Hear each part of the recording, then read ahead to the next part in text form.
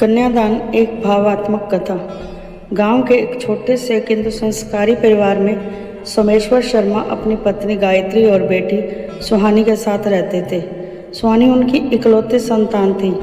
बचपन से ही वह बहुत संस्कारी, समझदार और पढ़ाई में होशियार थी। पिता के लिए वह सिर्फ बेटी नहीं, उनकी आत्मा का हिस्सा थी। समय बीतता गया और सुहानी युवती बन गई। शर्मा जी ने उसकी शादी के लिए योग्य वर की तलाश शुरू की। एक दिन उन्हें पंडित जी से एक योग्य लड़के अर्जुन का प्रस्ताव मिला। अर्जुन एक शिक्षक था और सुहानी की तरह संस्कारी और सच्चे मूल्यों वाला। बात आगे बढ़ी और रिश्ता तय हो गया। शादी की तैयारियां पूरे जोर शोर से शुरू हो गई, लेकिन शर्मा जी का मन कहीं गहरे उदास था। वे जानते थे कि बेटी को विदा करना एक कठिन परीक्षा होगी।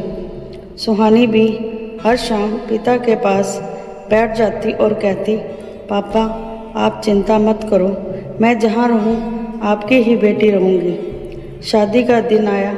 पूरे गांव में उत्सव जैसा माहौल था। मंडप सजा था। पवित्र मंत्रों की गूंज के बीच सभी रस्में चल रही थी। जब कन्यादान का समय आया तो पंडित जी ने शर्मा जी से कहा, अब आप अपनी बेटी का हाथ वर के हाथ में दें और कन्यादान करें। शर्मा जी की आंखों से आंसू बह निकले। कांपते हाथों से उन्होंने सुहानी का हाथ अर्जुन को सौंपते हुए कहा, मैं अपनी सबसे अनमोल धरोहर तुम्हें सौंप रहा हूँ। इसे सहेज कर रखना। इसमें मेरा जीवन, मेरा विश्वास और मेरा प्यार बसा है।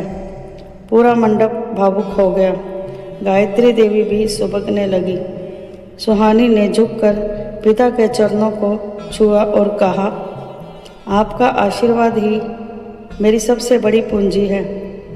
कन्यादान केवल एक रस्म नहीं थी। उस दिन वह एक पिता के त्याग, प्रेम और विश्वास की गाथा बन गई। और सुहानी के विदा होते ही शर्मा जी की आंखें भले ही भीग गई, पर दिल में सुकून था। उन्होंने अपने फर्ज को सम्मान के साथ निभाया था। अंततः कन्यादान न सिर्फ बेटी का बल्कि एक पिता के पूरे अस्तित्व का समर्पण होता है।